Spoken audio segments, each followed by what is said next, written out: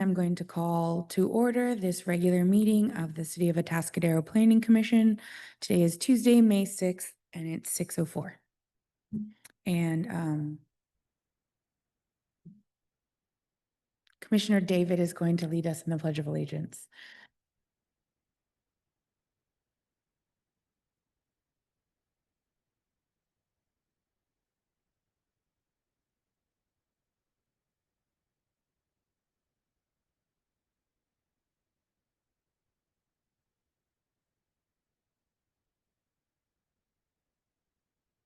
Roll call, please. Commissioner Carranza, Here. Mr. David, Here. Commissioner Heath, Here. Commissioner O'Malley, Here. Vice Chairperson Anderson, Here. Chairperson Keen, Here. and Commissioner Panaccio is not in, so 6 are present. Thank you. Okay, and approval of the agenda, please. I move to approve the agenda. I'll second that. Vice Chairperson Anderson, Yes. Commissioner Heath, Yes. Commissioner Carranza, Yes. Commissioner David, Yes. Commissioner O'Malley, Yes.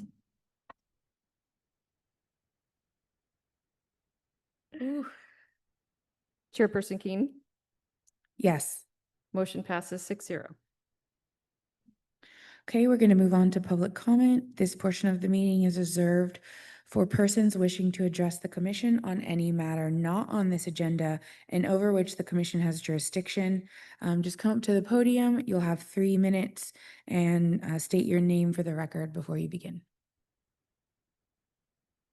Okay, seeing none, I will close public comment and we will move on to the consent calendar. But I think we have a small correction to the draft minutes. Also, Chairperson Keen, can we open up for a public comment for consent as well? Sure. Thank you.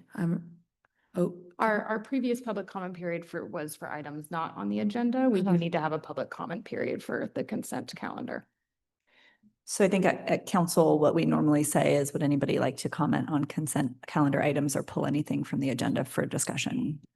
and is that for us or public or both? I either can pull Yeah. anything from consent. I believe only the commission can pull items for discussion, but the public is able to comment on any consent calendar item. So that's what we're doing, is pulling the agenda from the consent calendar? We are opening the consent calendar for Public public comment, comment, okay. and then you'll be able to pull an item for discussion or make a motion to Okay, approve. sorry for my confusion. We've never done that before. No, I Okay. understand. All right, so I'm going to open public comment on the consent calendar. Or if any commissioner wants to pull an item from the consent calendar.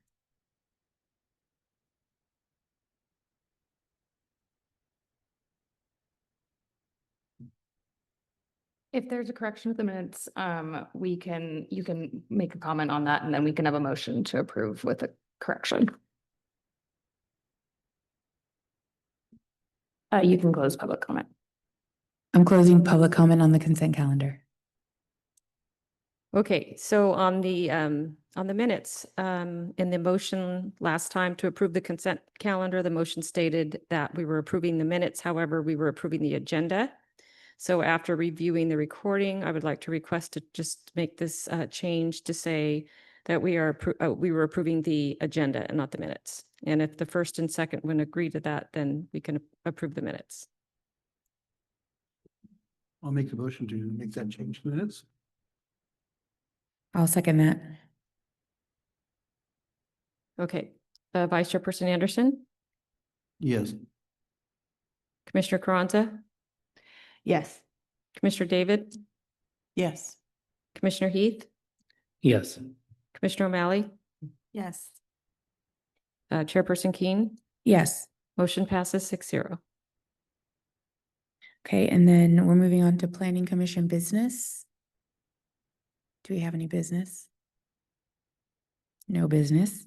No community development staff reports. So we'll move on to our public hearing section and we will do ex parte first. Commissioner Kranz, any ex parte? None. Commissioner David? No. Commissioner Heath? No. Commissioner O'Malley? No. Vice Chairperson Anderson? No. And I don't have any either. So we'll have the dazzling staff presentation.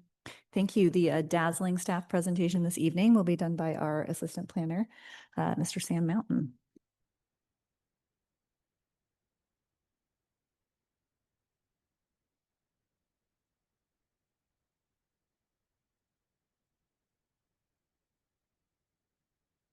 Just one moment.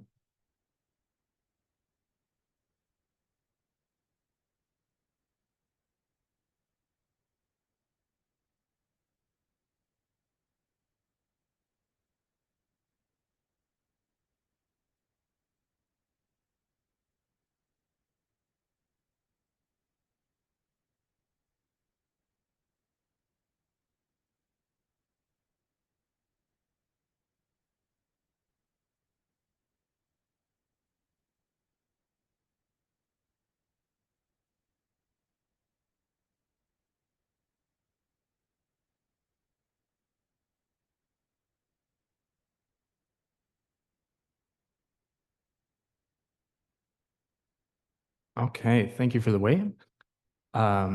So just to quickly introduce myself to the new commissioners, my name is Sam Mountain. I'm an assistant planner here with the city. It's very nice to, I guess, meet all of you in a new venue. Nice to see you here. So today we're going to be discussing a new mixed use project located at 4615 El Camino Real. The city project IDs are use 24-0088 and SBDV 25-0035. So first, a little bit of background about just the project site here.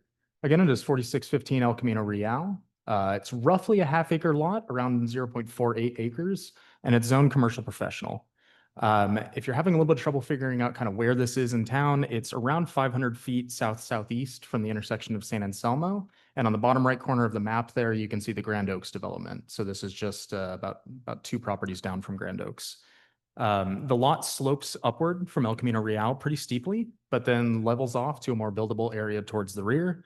And one kind of big constraint with this lot is the narrow frontage. You can see it's somewhat of a flag lot, not technically, but still very L-shaped. And that limits development potential here a little bit, just given the limited frontage. So in general, the project that we're going to be looking at today includes a conditional use permit for mixed use development that contains a 1,544 square foot commercial space, 16 residential units, and then you'll also be reviewing a shared peak hour parking reduction request that I'll be getting into in a moment here. In addition to that, and the reason why this has 2 different project IDs is that you're also going to be reviewing a condominium map associated with this project. And so there's both the actual physical development and then also the subdivision of land into individual airspace condominiums. The project utilizes the state density bonus law, which we'll get to a little bit later, but broadly means that the project offers affordable units in exchange for the provision, in exchange for a larger number of units and exemptions from certain development standards upon approval from the Planning Commission. So going into a little bit of the site design here, as I mentioned, one of the main site constraints here is topography and the narrow frontage of the lot. So as a result of that, the applicants proposed a narrow building along the side property line there. You can see towards the bottom of that image, it's that kind of teal, dark blue color there. Generally speaking, it's easier to be building a building on slope as opposed to a parking lot, just due to, for example, ADA requirements for slope, as well as retaining walls that would be needed to accommodate it. There is a couple of different amenity spaces that they're proposing in addition to the building itself and the parking lot. So you could see a little bit above the building towards the right side of that image, there is a kind of patio courtyard space. This includes some benches, a barbecue area, as well as some landscaping with some trees. And we'll be also requiring that they show us a gas line to that barbecue when we get to the construction permit phase, as that's one of the requirements in our objective design standards. In addition to that, they're proposing a 700 square foot rooftop deck. And this rooftop deck includes string lights. It will likely include some seating and some other kind of amenities there for residents of the project. But importantly, and I'll be getting to this in a little bit more detail later, it doesn't quite meet the dimensional requirements for shared common space within our objective design standards. And so that's one of the waivers that they'll be requesting under state density bonus law. In addition, there are some private balconies and patios. They're provided for each unit as kind of private amenity space. Each of them is roughly 50 square feet, give or take. It depends on the specific unit. In terms of architecture, broadly, this can be described as kind of a contemporary design. You can see a lot of brick, stucco, kind of standing seam, metal siding on the exterior, along with some darker metal and wood accents with kind of a main color palette of, kind of a white, dark brown metal, and then kind of the dark red from the brick as well. The project is consistent with the city's objective design standards with regard to architecture. There are a couple of exceptions that are being requested, as I mentioned, for first and site design standards, as well as some details that we'll need to see on the construction set, but that the applicants have discussed with us and are fine providing at that level of detail when we need that level of detail. At the moment, this is a preliminary submittal to be reviewed by Planning Commission, and so we don't have the level of detail needed to, for example, measure the depth of window insets and things like that. Unit sizes that they're proposing is approximately 600 square feet each for one-bedroom units and around 1,100 square feet each for two-bedroom units. But with the balconies, there are also some separate floor plans, and so it does vary slightly by unit. So because we do have some new commissioners with us today, I wanted to give a really quick primer about density bonus law. I believe this is the first project that's being presented to the new commissioners that is taking advantage of density bonus law. So very quick primer, essentially what the density bonus law does is it is a state law to help provide affordable housing by giving developers incentives in the form of additional units and reduced standards in exchange for the provision of units that are deed restricted at an affordable rate. And so there's a baked in ratio that basically determines how many additional units there are, how many exceptions can be requested. That's based off of the number and the affordability of the provided affordable units. State law also provides a reduced parking ratio.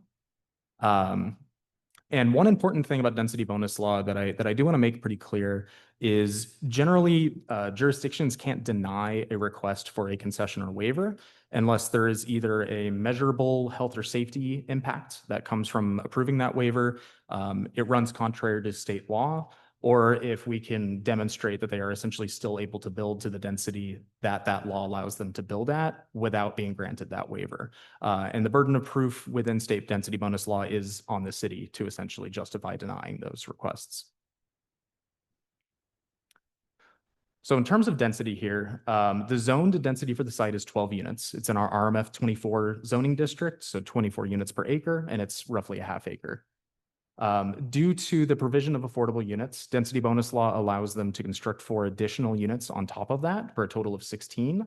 And in order to be able to build those 4 additional units, they will either need to provide 1 unit at a very low income rate or 2 units at a low income rate. And those are all determined by ratios and percentages that change year by year based on inflation.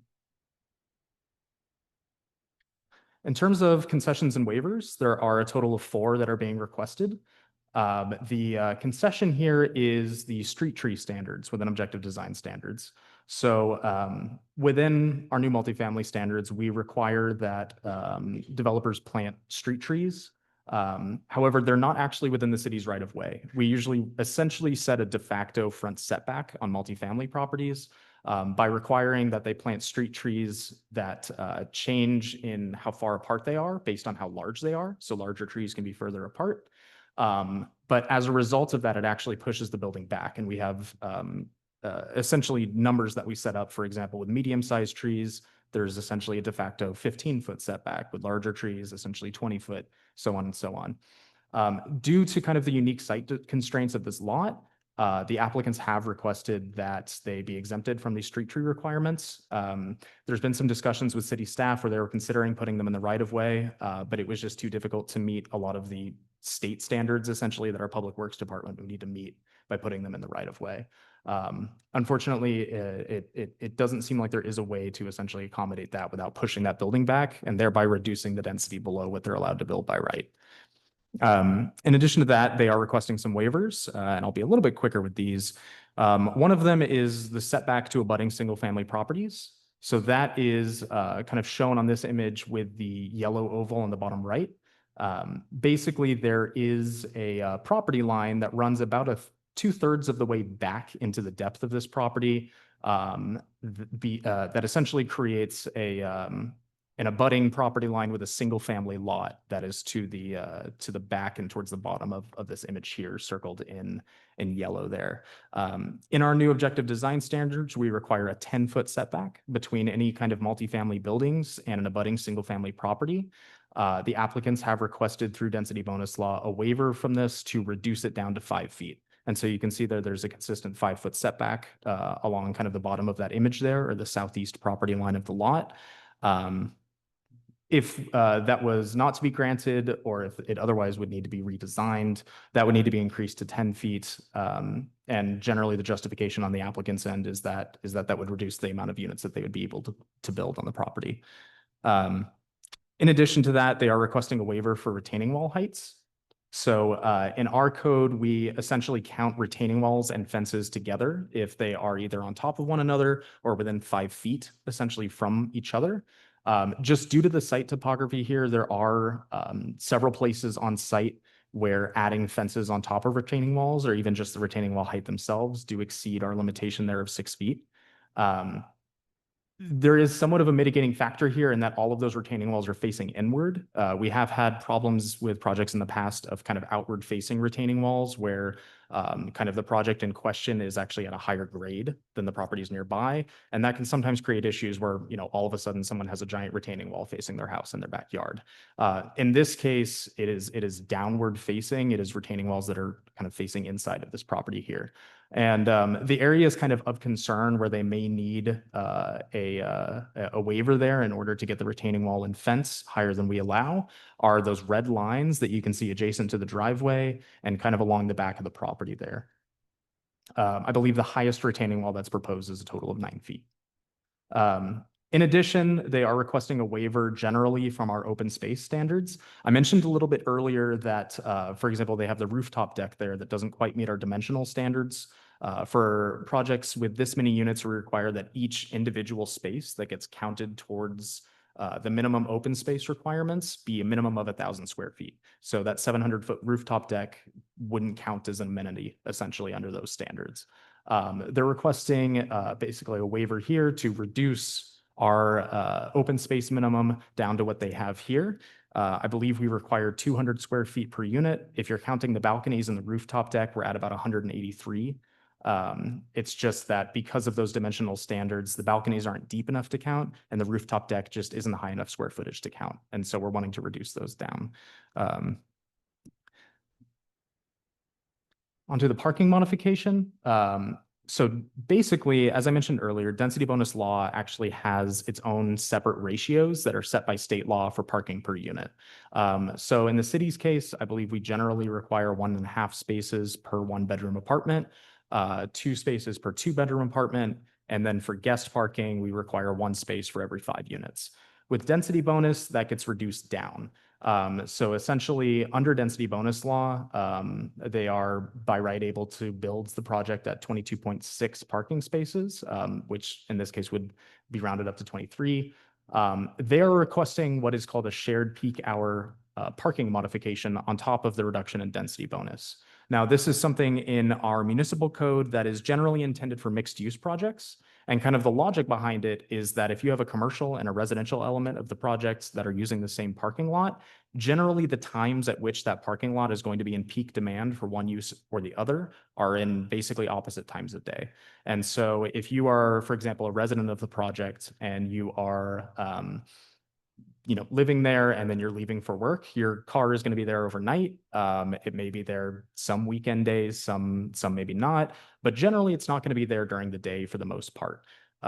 If you are there as a customer for the commercial portion of the project, Generally, that's not going to be open overnight, and you'll be there parking kind of during daytime hours when the residents will generally be away. And so that is kind of the justification for the modification that they are requesting here, because this is a mixed use project. But this is something that is outside of density bonus law, and that planning commission does have the right to deny the request if the commissioners see it fit.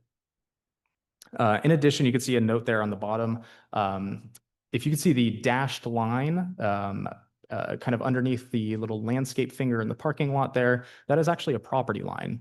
And so there is a neighboring property at 4605 El Camino Real that is somewhat part of the project, only insofar as this project is essentially demolishing the parking lot serving that business. And so as a result, the applicants, as well as that neighboring property owner, have kind of worked together a little bit and rebuilt those parking spaces in the same shared lot, accessible through an easement.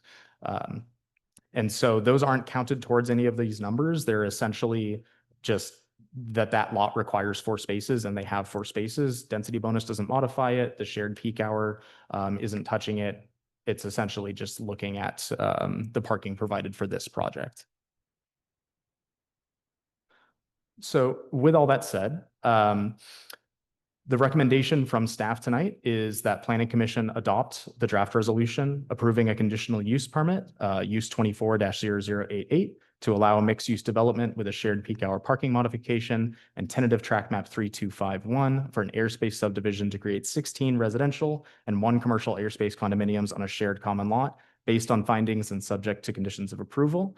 And I'll interrupt myself for a moment here because you'll notice kind of the big red text on the bottom there.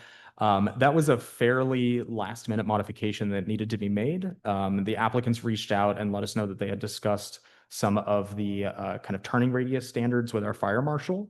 And essentially, while the project doesn't fully meet turning radius standards as presented, they are built with some leeway in them. And our fire marshal has reviewed the project and said that he kind of accepts the turning radius and the parking lot design as is and is satisfied with it. Right now, the wording of that condition basically says that they would need to meet that turning radius standard point blank period. Here, this essentially gives discretion to the city fire marshal, which is the same standard that would occur during review of a building permit. So this is essentially reducing that condition from needing to 100% meet that standard to needing to essentially satisfy the fire marshal's discretion, which is where we tend to be with building permits. So if this recommendation is something that Planning Commission wishes to pursue, then that modification at the end there may be discussed, may want to add it. Perhaps there's a reason not to, but it's something to discuss here. With that, staff is open to any questions that you may have, and happy to chat. I have questions. Can you kind of give a more specific rundown on the difference between a concession and a waiver? Because they kind of look like the same thing. Sure. Yeah. So basically concessions, I guess you could say, benefit the applicant more to a certain extent. Density bonus law actually limits the amount of concessions that can be requested by a developer based on the provision of affordable units, so the number of them and their affordability level. The distinction legally is that the finding that needs to be generally made for a waiver is that basically it would reduce the amount of buildable units and reduce the density of the project below what they're allowed to build by right if the waiver is not approved. For a concession, it's similar but slightly different because all that needs to be demonstrated is that there's an actual cost savings involved.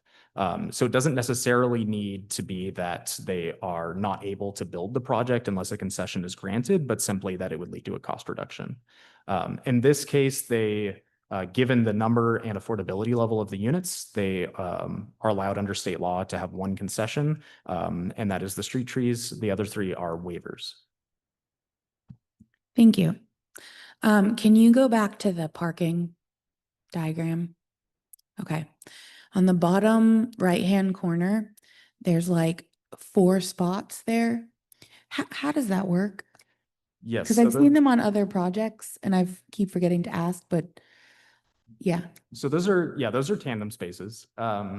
State density bonus law generally gives the right to satisfy certain parking requirements with tandem spaces. We don't tend to like them unless it's something that's required, in this case by state law. And we also don't tend to like to reserve spaces generally at the city. However, when it comes to tandem spaces like these, we are giving the applicants the ability to reserve those, generally with the intention of it being the 2-bedroom units, to essentially say that if you're going to have 2 cars serving one of those units, they should just be back to back rather than have like someone parking for the commercial space behind one of the residents or something similar to that. And so, yeah, in this case, the city's intent generally would be to have those be reserved for residents. okay, thank you. Okay, anybody else questions? Of course, Commissioner Carranza. Always take the Raz chair from you. Okay, I'm just trying to whittle down any questions that are more directed to staff right now because we haven't got to public comment or asking general questions and talking amongst ourselves. I have just been more enlightened these days about low impact development and curb cuts. And there's a lot of talk with the email we received from a public comment from a local resident nearby the project. And they were concerned about rain gutter systems being tied to the sewer systems and whatnot. And anyhow, I guess my question to the staff is just about retention. It does talk about the basins. I know we touched on that a little bit in the presentation, but just overall parking and where all the water might go or run off with all this impermeable surface versus the landscaping. And if that was addressed in the conditions of approval, because I didn't see it. Curb cuts are a small detail that add up sometimes. So Sure. So yeah, it actually, you're pointing out kind of a failure in my presentation because actually a lot of these parking spaces are with permeable pavers. Essentially, that is one of the mechanisms that they're using to work on stormwater. The other thing is that this project is actually utilizing underground retention chambers. And so essentially there is a system where there will be storm drains along the parking lot and other impermeable areas. They will drain into essentially large chambers underground. In this case, I believe they're just underneath the driveway. And then those chambers, essentially when they fill up to a certain level, they then drain into the city stormwater system. And so they serve as kind of a stopgap a little bit to make it so that if it's super fast rushing stormwater, it doesn't just immediately flush into, our stormwater system. And it also provides for a certain level of retention before it goes in there as well. okay, awesome. Okay, and I was just a pregnant pause here for one moment. That was to my fellow commissioners. There was one thing. Oh, I think I asked this to staff, but just wanted to reiterate that I found there was a comment as well in the email about how it would be lovely if there was a street tree requirement because it seems logical if the applicant's asking for a concession, to counter the fact that they wouldn't have to put in any street trees to put them somewhere else for the community to enjoy. But I was corrected by the staff that there wouldn't be any measure to do that because the native tree ordinance is to mitigate for removal of trees, not for landscaping alterations. So just wanted to note that. I accept that comment. It's sad, but yes. Any questions or comments? Yes, Commissioner David. With regards to the parking, it appears that this project is providing the current 4 parking spaces for 4605, the business that is currently there. So they're retaining those parking spaces. They're providing parking spaces for the residents of the condos, which I'm assuming that if people are coming in for the retail space, they'll be able to park in the back where the condos park, correct? Okay. And then I do have a question, and I did pose this. Conditional use permits, once they're issued, they stay with the property, correct? So there's no, when I look at that whole area and I drove up there and took a look at it and looked at the businesses around it. It, this particular project doesn't seem conducive to having a type of a business that would be, people would be going in and out of it quickly. Like, I'm just going to throw something out there like a coffee shop or bagels or something like that. They'd be pulling right up on El Camino Real, running in, running out type thing. When I asked the question, they said that, that the zoning, the underlying zoning district, generally is retail and office type uses are allowed. Would that zoning prevent something like a coffee shop or bagels going in there or something like that? I'm new, so I just have questions. I'm sorry. No, totally makes sense. That's a great question. Yeah, so we would generally consider coffee shops to be under the same land use definition that we have. It's just eating and drinking places. Mhm. That's something like a restaurant would be under. In some cases, I mean, obviously there wouldn't be like a drive-through here or something like that. That would change the land use. Really, this is in our commercial professional zone. And while we do allow that, a lot of times the zone is kind of more intended for more office type uses. There's nothing preventing them, at least at this point, in, for example, putting in a coffee shop or putting in a restaurant. But I don't see any reason why we couldn't have that discussion. Okay. And then the other question I had is the shape of the lot, the way it cuts back into the property behind it. Was this a lot split at one time or? Yeah, I actually dug into this property quite a bit. So this, along with, I want to say 4 or 5 neighboring properties, even when you're looking now at the property lines, kind of form a big rectangle. That was like a colony lot back in the 1910s. It was since subdivided several times. I think most recently in the 1980s to split it with the neighboring lot at 4605. Might have that decade wrong. But in any case, yeah, this is the product of a couple of different subdivisions.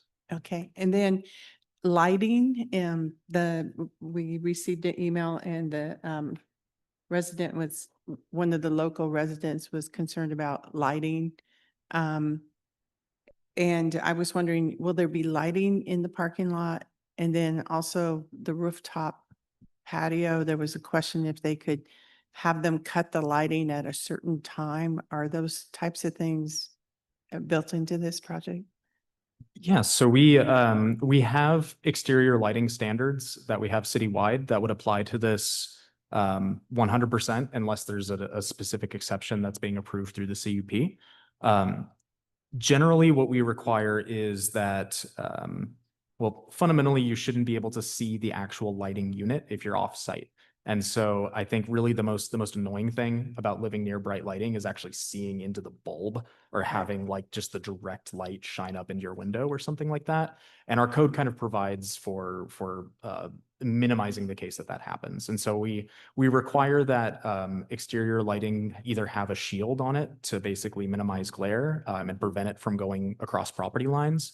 And we do also require that exterior lighting be on a timer. And so that's already kind of baked in this situation. There are, quite a few light fixtures around the city that aren't conforming with regard to that ordinance. But any new project, especially one that is, of this size, it's going to be something that we're going to be looking pretty strictly at. Okay. All right. And then signage for the property? Is there any signage like such and such condos or, there will be signage for whatever business is there, which will adhere to the business signage, but any other type of signage or directional things? So yes, they are proposing signage. It's kind of hard to see here, but on that bottom picture on the very far left, you could see a little call out for a gray rectangle that just says Blade sign. That's not necessarily something that's being approved here today. I mean, we're approving the general design, But that sign conforms with our sign standards. The only kind of exceptional thing that would need to happen there, I believe, may be an encroachment permit to basically allow them to do some work within the city right of way. Generally speaking, though, they're not proposing any kind of special signage or anything like that along with this project. It's just going to be kind of a standard sign hanging from the wall facing El Camino. Okay, thank you. Anybody else?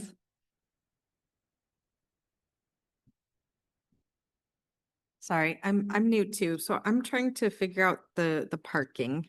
The residents, will they be assigned a spot or you're talking about sharing? So except for those like doubles that those might tandem, those might not be assigned and shared with the business? Yes, so we we generally don't assign parking spaces for projects that we review discretionarily as a city. It just tends to lead to conflict over time when you have like multiple uses on one site where one will move in and maybe because they have 2 more tables than the last smoothie place that was there, all of a sudden there's more parking spaces and they have to grab them from someone else. And so generally we don't tend to do that. It's certainly something we could open discussion for. But as you pointed out, those tandem spaces are very tricky to make work without assigning them. And so just to avoid potential conflicts there where, we have people yelling at each other to move their car out of the way or something, we're generally wanting those to be assigned parking just because that tends to be the most convenient over the long term in terms of preventing conflicts between users. But the other spots wouldn't be assigned? The other spots wouldn't be not assigned. Residential, not business? No. Okay.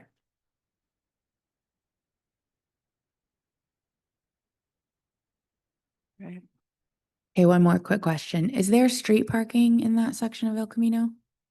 There is. We have an exemption in our code to basically reduce parking standards because of available street parking. The applicants didn't pursue that exemption for this project. But this section of El Camino is slightly impacted due to the Grand Oaks project and people street parking that are residents there. I will say just anecdotally, whenever I drive by, there are generally a couple of spaces open. But it's not a situation where it's just, wide open spaces, I guess you could say. I was just wondering if there was just a couple more available for Yeah, just. there tend to be, yeah. Perfect. Okay, if there's no more questions for staff, then I will invite the applicant forward if they're here for their presentation.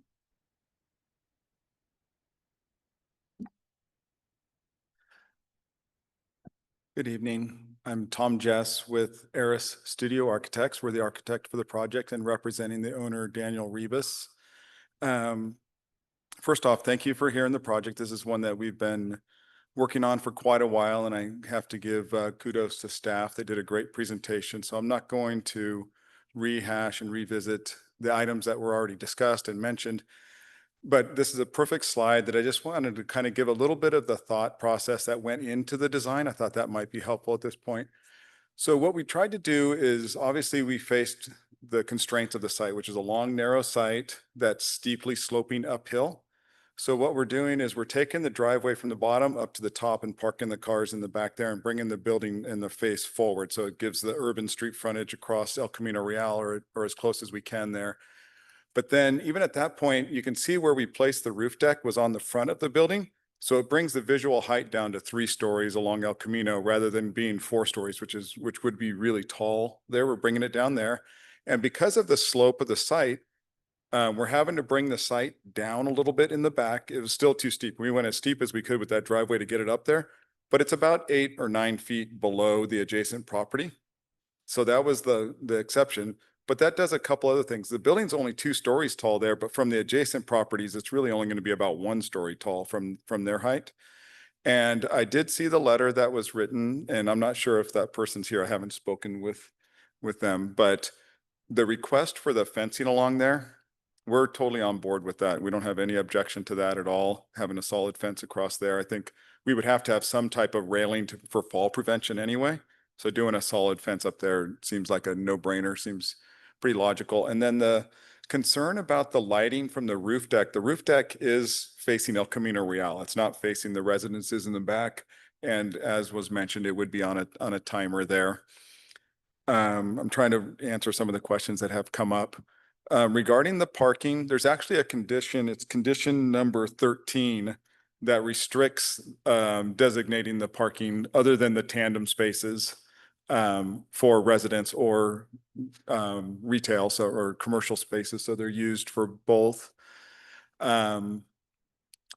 We really tried hard to make this give some amenities and outdoor space, because anytime we're doing type of this or type of urban living, so we could have put more parking in the back, but it would have taken away from that patio space. So we only did the 2 tandem spaces. We could have done more tandem there, but we wanted that outdoor space.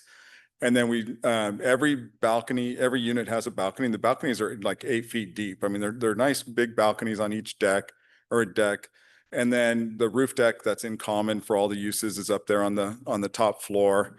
And then there is private storage for all the residents on the ground floor, that they would have lockable storage outside their unit down below. So trying to accommodate some of those things that make urban living a little bit more challenging, and trying to address those and handle that right off the bat, which we find to be pretty useful and helpful. Other than that, I'm happy to answer any questions you may have. And this is the adjacent property owner right here that I did want to speak a little bit to the easements, and just so we're clear on that.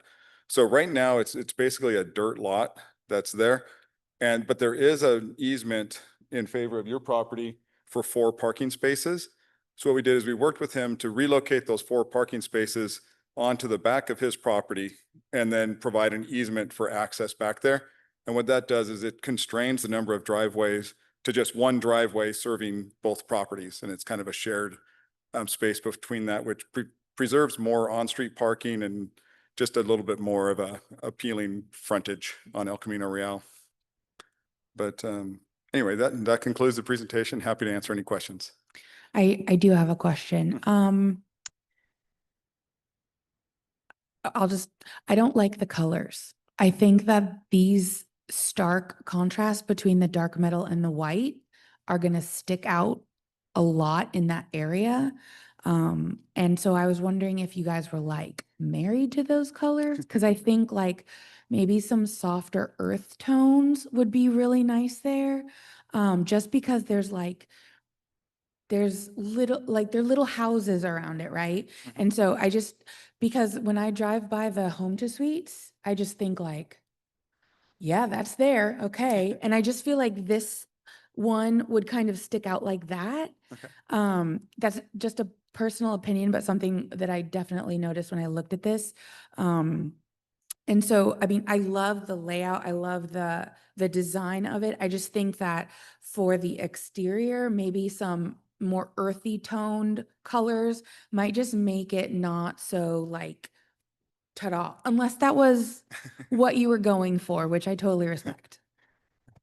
No, we're not married to the colors. I think that I thought they looked nice. I thought they were appealing, but we're not married to those, and that's something that we can certainly revise and modify as we go along. I'd like the flexibility to try some variations and see what we can come up with, rather than dictating a specific color right now.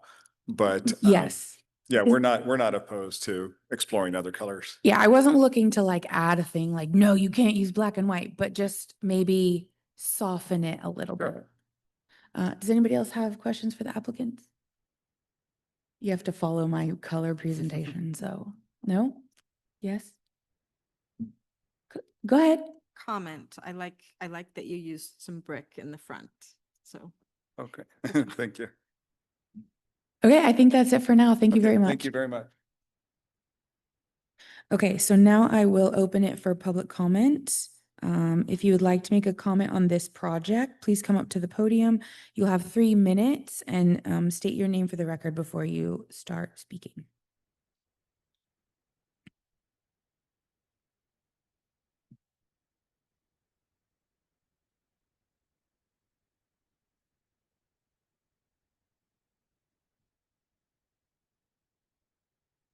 My name is Susan Frankard.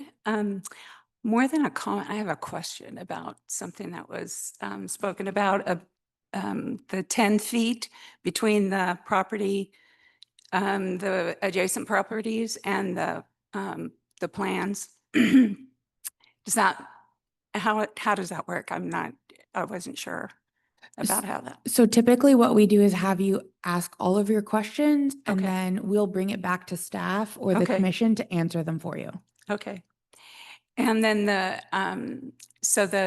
another question then I have is the level that where the soil is right now. Is that the level that is going to be built on? It's not going to be taking more soil out of there is another concern I have. Because my property is adjacent to the 75 feet back part of the property. And there was an issue with that when Mr. Rivas first purchased the property. And he did some improvement that I don't think was approved. Anyway, okay, so I think that's my question or I'm sorry, did you say your name? Susan Drinkard. Okay, thank you.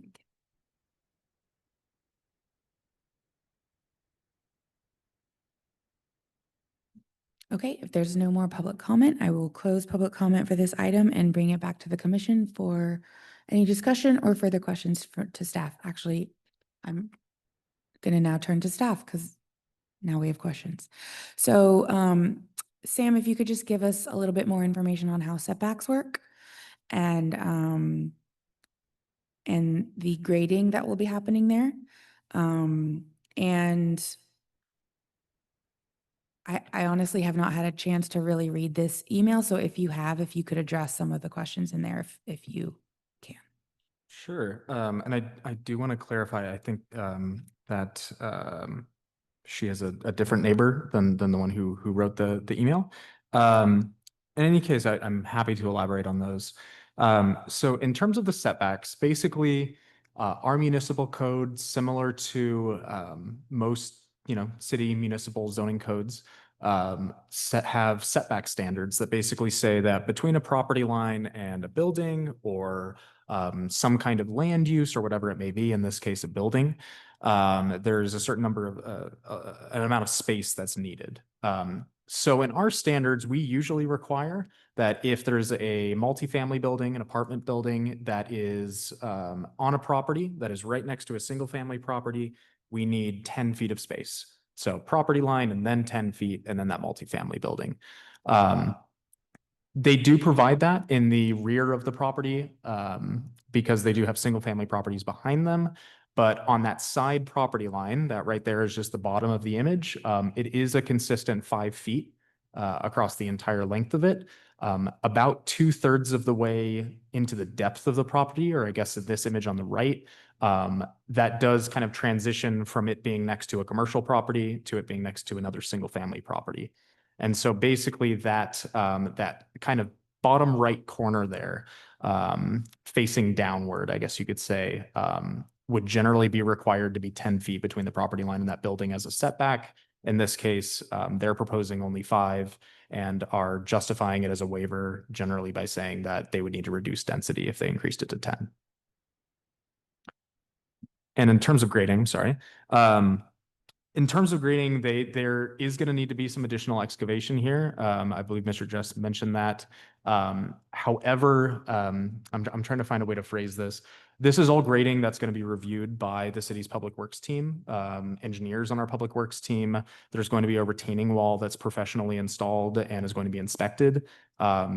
It's quite a bit different from some of the work that was done on the property in the past that was indeed unpermitted and that caused some issues with neighbors. That certainly doesn't mean, there's always a chance, with construction that something goes wrong in any project. In this case, though, there are at least those stopgaps, those levels of review and veto points, I guess you could say, in the process, where someone who has an understanding of grading and of hydrology and things like that could go, whoa, this looks weird. Let's take a closer look at this. Let's maybe send this back, and they can re-engineer it or whatever the situation may be.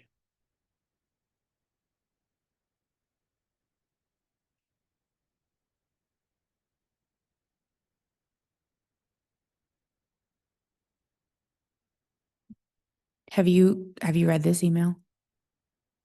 I realize it's a different neighbor. And Yeah. some of the, Yes. and I think some of the issues we have already discussed. I just want to make sure. Is that it we the don't- email titled Agenda Item 2, Conditional Use Permit / Tentative? Yes, from Okay. Donna. Okay, okay. Yeah, I did read the email, and I think it's, you know, a very well-written breakdown of just a couple of concerns. I think the main kind of concern that this neighbor had, which I think that they specifically called their main concern in the email, was that fencing. They had some issues with having those cars parking kind of right next to their property line. And in addition to that, just generally the impacts of kind of living next to a property that has so many residents and uses. It sounds as though the applicant team is amenable to that fencing. Beyond that, the street tree requirements, I think we've kind of discussed. The trash bins and mail delivery are certainly things that we can talk about. Right now, we are intending on having a shared mail system. We really don't like to see, you know, 17 different mailboxes along a frontage. To a certain extent, that is within USPS's jurisdiction. But as a city, we really push to avoid having like that kind of clutter of mailboxes on city right of way. And it's similar to trash bins. In this case, the project as presented showed basically a 3-compartment dumpster, I believe, inside of that shared trash area. We really would be looking to discourage bins. I'm kind of in the same boat as the public comment here. It's clear that the applicant has read this email, so I don't know if we can dictate where the mail delivery happens. I'm going to defer that to Kevin there a little bit. We can't really dictate. I'm not sure if there's shared mail in the lobby, which is usually planned in these projects. If not, the postal service does require a consolidated box along the sidewalk. So there would not be individual mail. It would be consolidated into one box for the post office. Okay, so I am going to, well, we close public comment. Questions or discussion from the Planning Commission? Vice Chairperson Anderson? Well, I had one question and it's just legal. The waivers that we're recommending, the one especially about the setback, wouldn't have any health, safety, or environmental concerns associated with it, obviously. No. No, okay. And then the lighting of the rooftop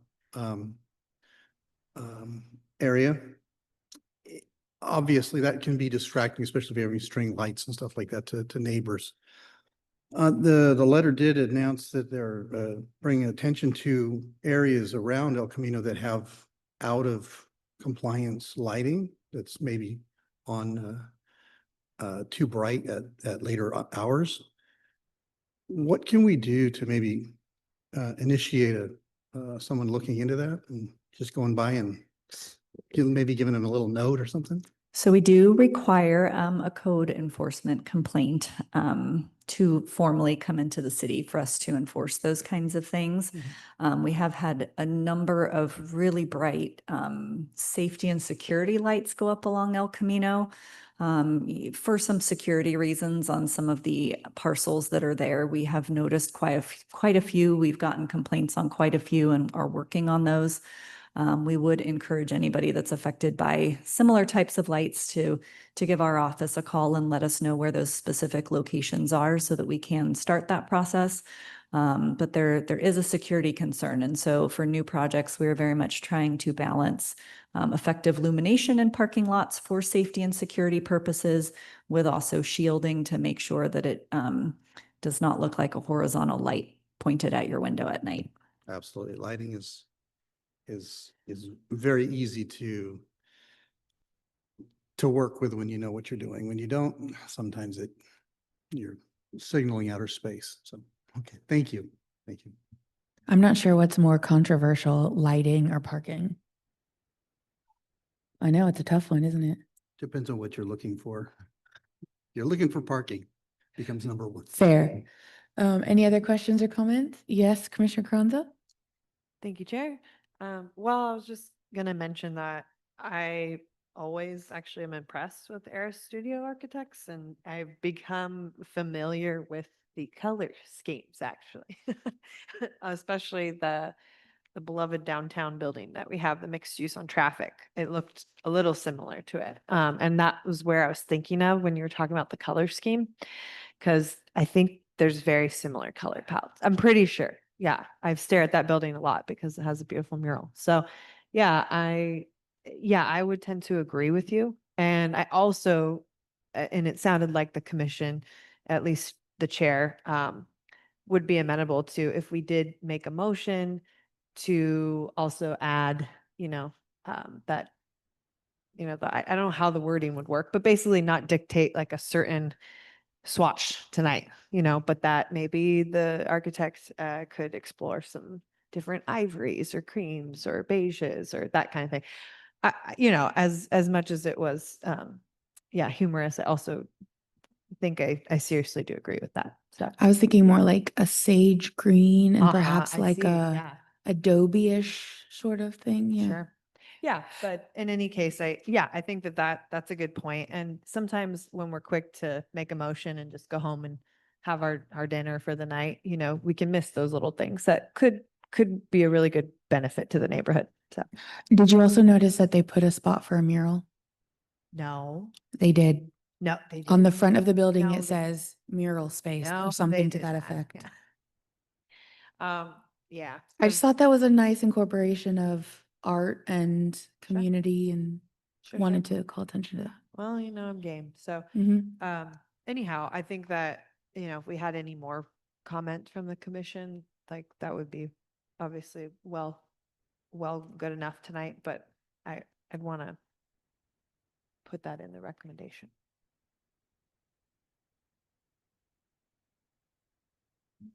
Okay, any more questions, suggestions, comments, anything? Jokes, good knock knock jokes? No, probably not the right time. Okay, well then,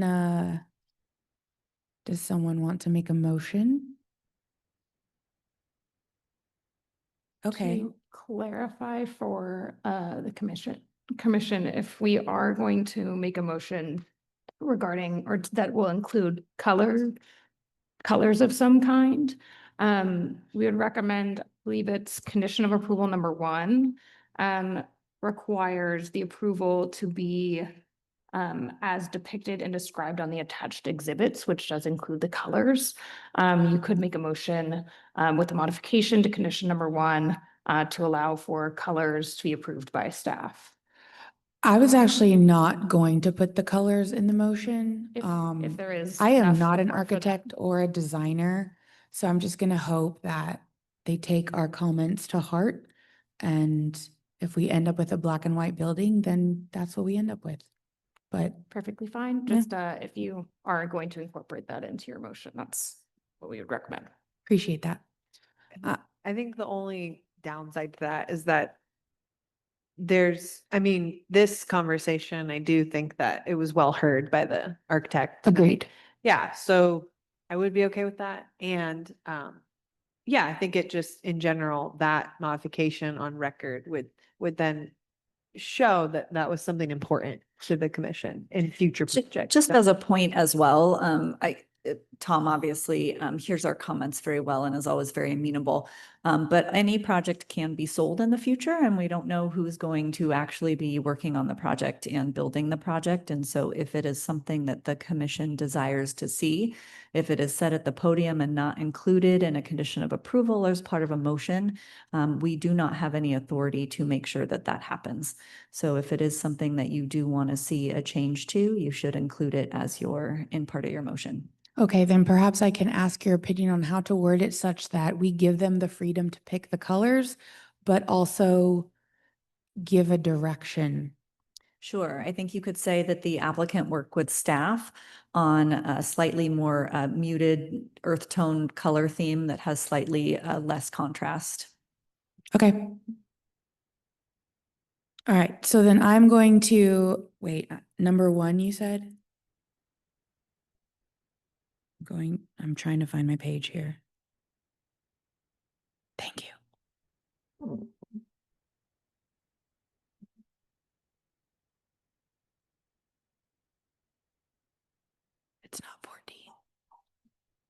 What page is the motion on? The motion is on the screen before you. Does that work? Yeah, that works. And then just we add that will language. Add Okay. some language.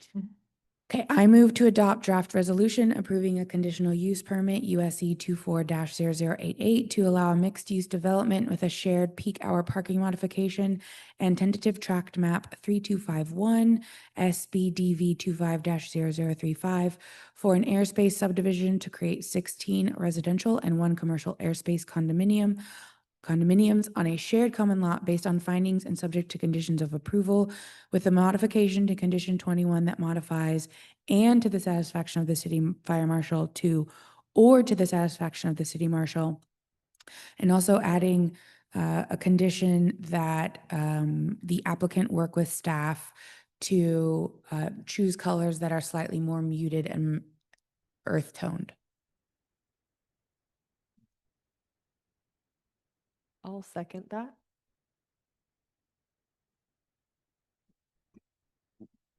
Chairperson Keen, Yes. Commissioner Carranza, Yes. Commissioner David, Yes. Commissioner Heath, Yes. Commissioner O'Malley, Yes. Vice Chairperson Anderson. Yes. Motion passes 6-0. Good luck with your project.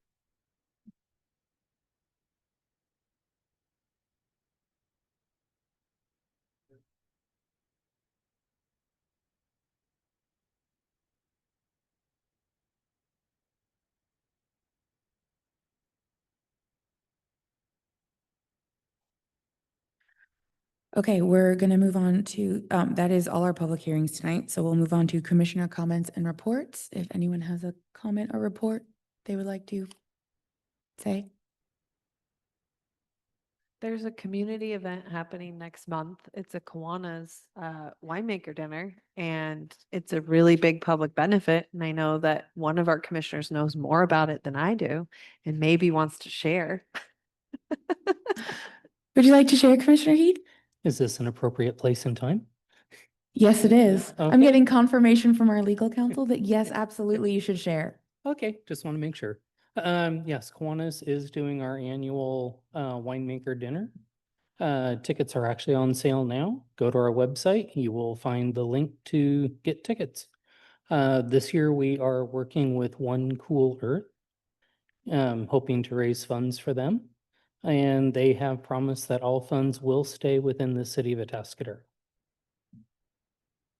And what exactly is a winemaker dinner? Winemaker dinner is we have about 32 tables.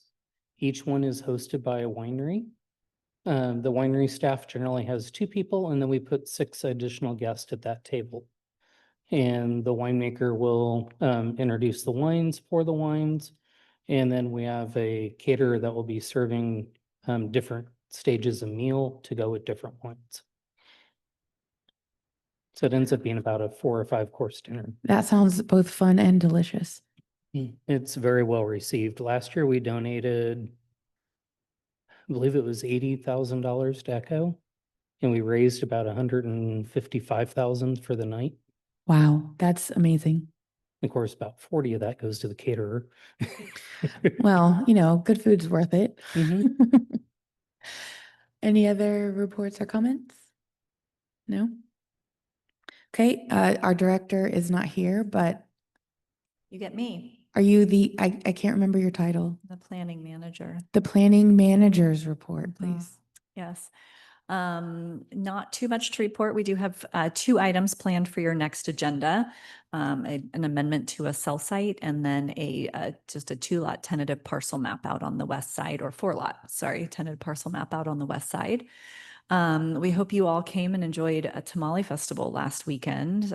Part of our downtown enhancement project, while not done, was a huge success. People were parking and using it properly and backing up and letting people in and through and all of those things. So I hope as that opens, it will be used more and you guys will all enjoy being downtown. I think we have some opening celebrations planned and a big block party planned for a little bit later in the summer, where we can do some unveiling of the full project. So Just a few more weeks left of some pain, and then we're starting to see landscaping go in and the pavers being done, and it's starting to look really great and have the sort of normal feel that it will have when it's complete.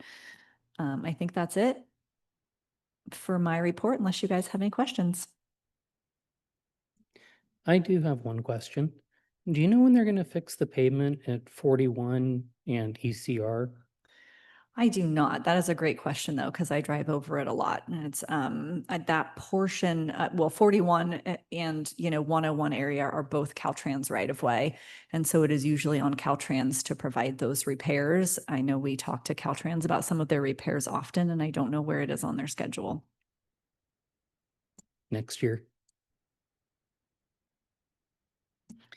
All right, well then I will adjourn this meeting until our next regular meeting on May 20th here at City Hall in the council chambers.